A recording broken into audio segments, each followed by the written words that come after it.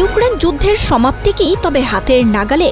যে যুদ্ধের কারণে দেশে দেশে বেড়েছে অর্থনৈতিক মন্দা, তৈরি হয়েছে অভ্যন্তরীণ সংঘাত, সেই রুশ ইউক্রেন যুদ্ধ বন্ধ হোক মনে প্রাণে চাইছে বিশ্ব।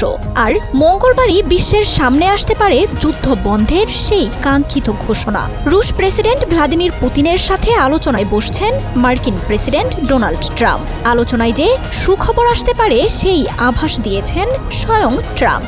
আর এর মাধ্যমে চরম পরাজয়ের মুখে থাকা ইউক্রেন কোনো সাফল্য ছাড়াই ছিটকে পড়তে পারে।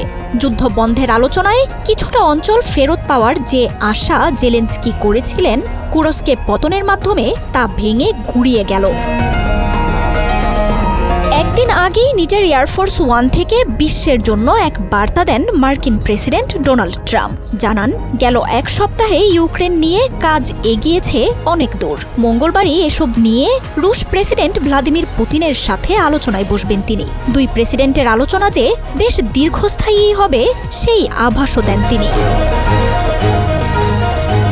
রাশিয়ার দখলে থাকা ইউক্রেনের ভূখণ্ডের মতো বিষয়গুলো থাকবে দুই নেতার আলোচনায়। কুরস্কের মাধ্যমে যুদ্ধ বন্ধের শেষ সময়েও রাশিয়ার দখলে নেয়া কিছুটা ভূখণ্ড ফেরত পাওয়ার আশা করেছিলেন ইউক্রেনের প্রেসিডেন্ট জেলেনস্কি।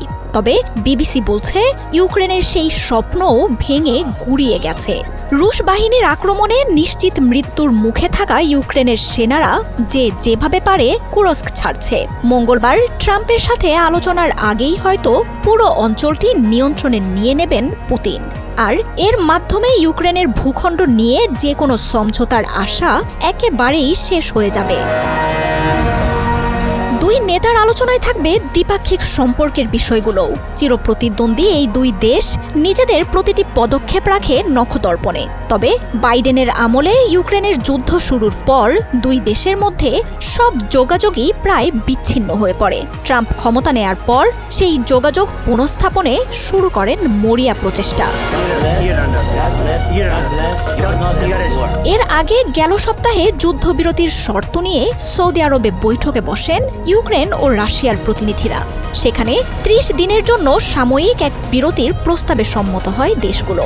তবে সেসব শর্তের জটিলতা নিয়ে এখনও সম্মতি দেননি রুশ প্রেসিডেন্ট ভ্লাদিমির পুতিন। কুরস্ক নিয়ে সবচেয়ে বেশি জটিলতা দেখা দেয় সেই অঞ্চলটি পুনরুদ্ধার করেই ট্রাম্পের সাথে পুতিন চূড়ান্ত আলোচনায় বসতে পারেন বলে গুঞ্জন ওঠে। তাই মঙ্গলবার একই দিনে কুরস্কে ইউক্রেনের চূড়ান্ত পতনের পাশাপাশি রাশিয়ার বিজয় দিয়ে আসতে পারে যুদ্ধ বন্ধের সেই কাঙ্ক্ষিত ঘোষণাও।